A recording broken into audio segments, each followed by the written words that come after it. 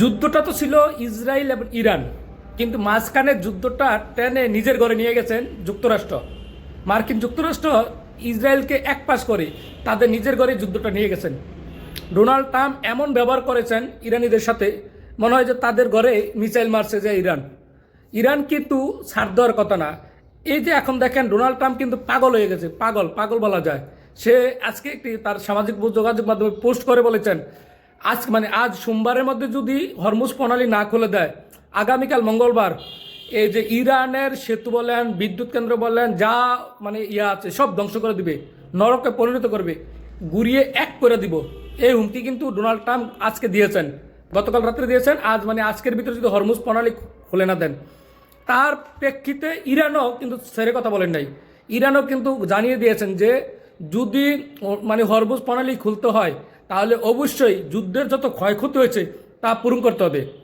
Hormuz প্রণালীতে যত জাহাজ যাবে তার জন্য শুল্ক দিতে হবে, টোলস দিতে হবে, তারপরে এদি হরমুজ ব্যবহার করতে পারবে।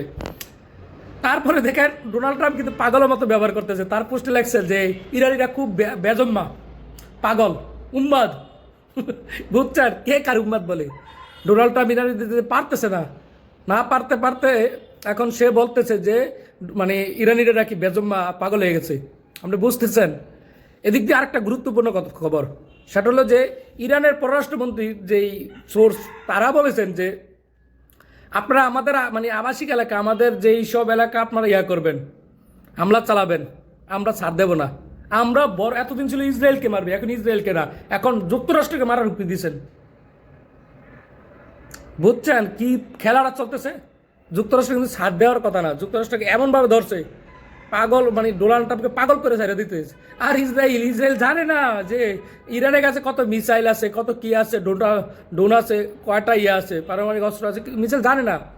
এরা বলতেছে যে এখনো বলে 1000, আনুমানিক 1000 ব্যালিস্টিক ড্রোন আছে তাদের কাছে, মিসাইল বলে আছে। বুঝতেছেন ইরান কি করতেছে? অবস্থা খুব খারাপ, তারা মারতেছে, ইরানের উপর একটা পর একটা মারতেছে। ইরানও ছাড় দেয় নাই, ইরান কিন্তু মধ্যপ্রাচ্য শেষ করে দিবে। আমার প্রবাসী ভাইয়েরা, আপনারা সাবধানে থাকবেন, মধ্যপ্রাচ্যের যারা আছেন।